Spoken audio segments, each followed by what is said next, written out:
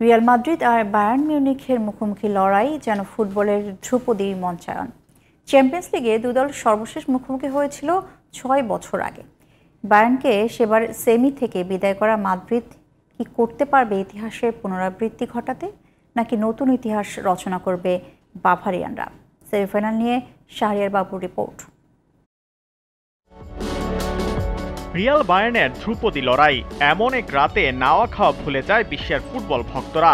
টিকি টাকার সাথে মিলেমিশে যাবে টোটাল ফুটবল, সাথে বোনাস হিসেবে কাউন্টার অ্যাটাক। এমন বড় লড়াইয়ের আগে চোখ ফেরানো যাক দুই দলের শেষ লড়াইগুলোর দিকে। বেলিংহাম আর কেইনদের মধ্যে কারা এগিয়ে সেমির প্রথম লেগে? হিসেব শেষে আপনারাও করে নিতে পারেন নিজেদের প্রেডিকশন। 2018-তে রিয়ালের দুর্দান্ত পারফরমেন্সে পুড়েছিল বায়ার্নের কপাল। আলিয়াঞ্জ এরিনায় প্রথম লেগে 2-1 গোলে জয় ছিল রিয়ালের। এরপর সান্তিয়াগো বার্নাবুতে 2-2 গোলের ড্র। 4-3 গোলের সুপার ডুয়েল লেখা আছে চ্যাম্পিয়ন্স লিগের ইতিহাসের পাতায়।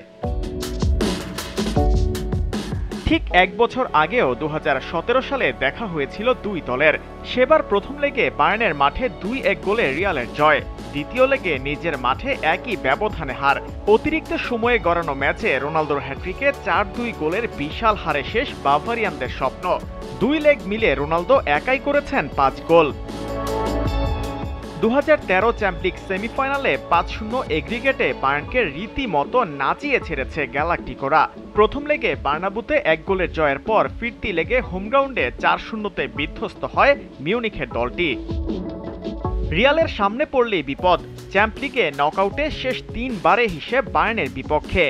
বাভারিয়ানদের যা ফর্ম, তাতে খেলা আলিয়াঞ্জ এরিনায় বা বার্নাবুতে যেখানেই হোক, ফেভারিট থাকছে মাদ্রিদিস্তারাই। শাহরিয়ার বাবু, জিটিভি নিউজ।